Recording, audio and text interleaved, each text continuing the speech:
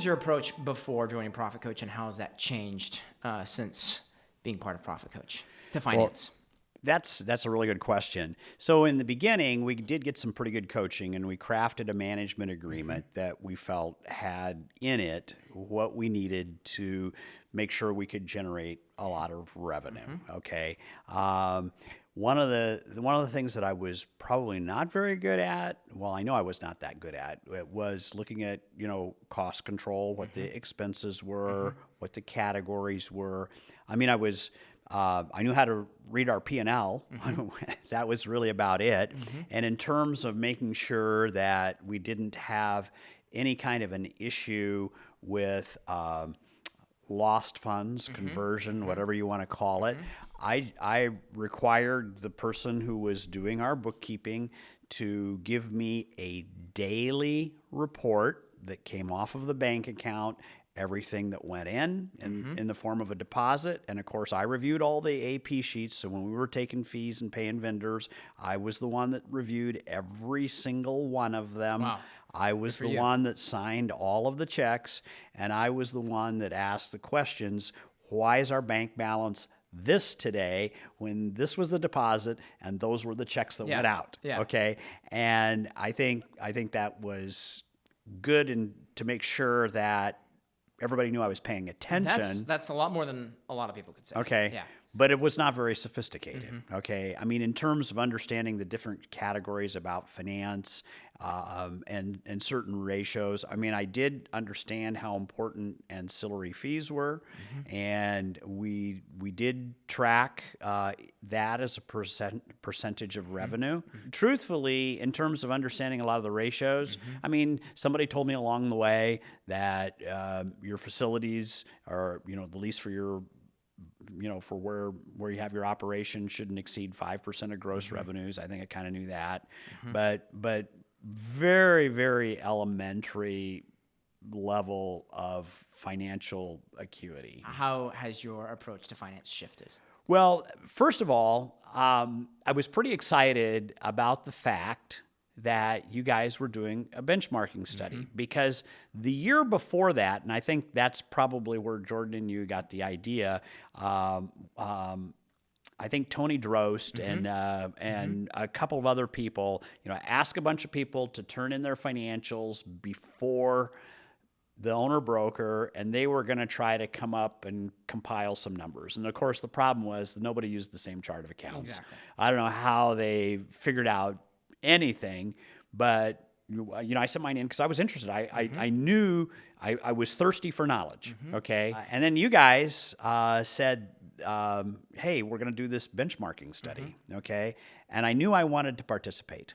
I absolutely knew I wanted to participate, and so we did, and we got the report.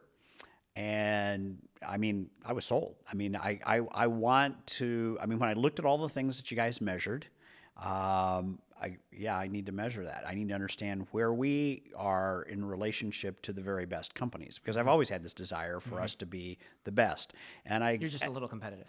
Oh, a lot competitive. Yeah, a lot competitive. That's my sales background, right? I wanted to be top. And in any case, I just knew how important it was. So yeah, I wanted to know. At that particular point in my time, I'm well into my 50s, and I'm just thinking, I don't want to start over again, right? So I want to understand the numbers. But how's ProfitCoach contributed in the last few years in terms of? Oh my gosh. Well, we always had a pretty good revenue model. Okay. Yes. But what we didn't really understand, I think, was where all the leaks were. Okay, and of course the biggest expense that we have in a service business is labor, and how important it is to control, be smart about your labor costs. I love the fact that we can look at all these different metrics, but really, if you can get a really great DLER number, you're probably going to make a lot of money.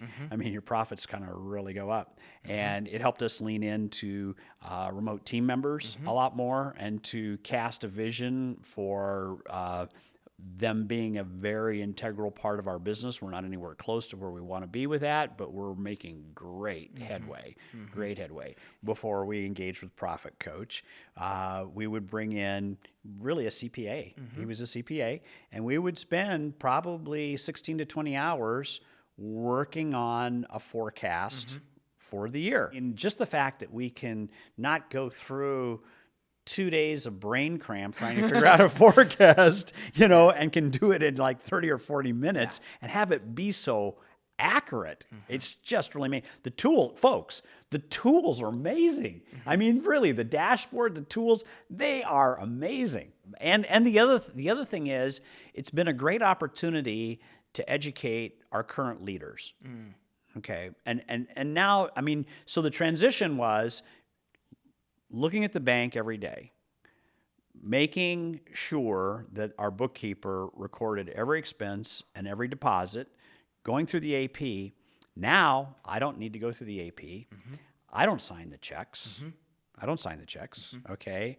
And I don't worry about what's in the bank because there's always money in the bank.